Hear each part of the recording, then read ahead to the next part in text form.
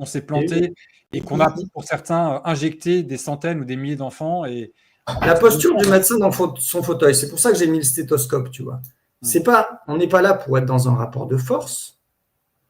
La médecine, c'est là pour être dans un rapport d'humanité, en particulier d'écoute du patient. Il y a des magnifiques bouquins sur la relation médecin-patient, Canguilhem et j'en passe et des meilleurs. Et on est là pour écouter les gens et les comprendre. Si le médecin ne sait même pas faire ça, c'est qu'il est out. Donc, allez discuter avec votre médecin et retournez les voir. Alors, je vais te mettre un autre message là. Marie. Cela ne fonctionne pas du tout. La PMI et la crèche ne veulent rien savoir. Vous ne comprenez qu'ils ont l'État avec eux. Cela ne fonctionne pas.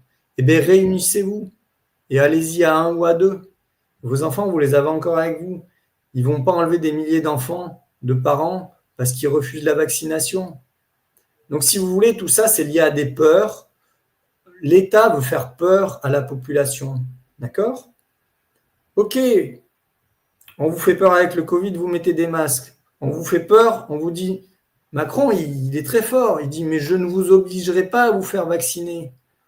Il l'a dit, mais ils l'ont quand même fait. Et les gens y sont allés.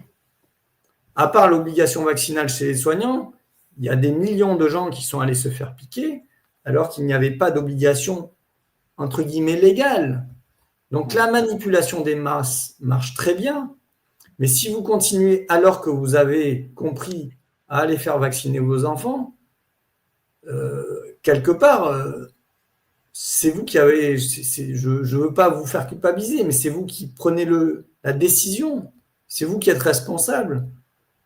J'ai dû faire 2 vax, j'ai refusé le 3e, et 2 médecins m'ont demandé de ne plus revenir les voir. Et ben c'est qu'ils sont... Voilà, c'est qu'ils n'ont plus d'arguments au bout d'un moment, ça leur fait peur.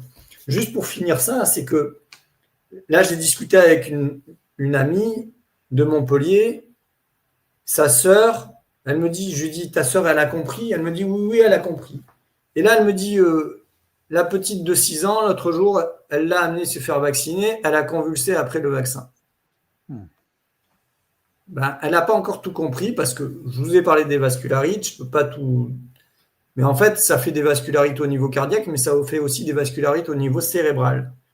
Et quand on a les neurones qui sont plus assez oxygénés à cause du manque d'oxygène parce qu'il y a une inflammation de la paroi vasculaire, eh ben ça cause de l'épilepsie.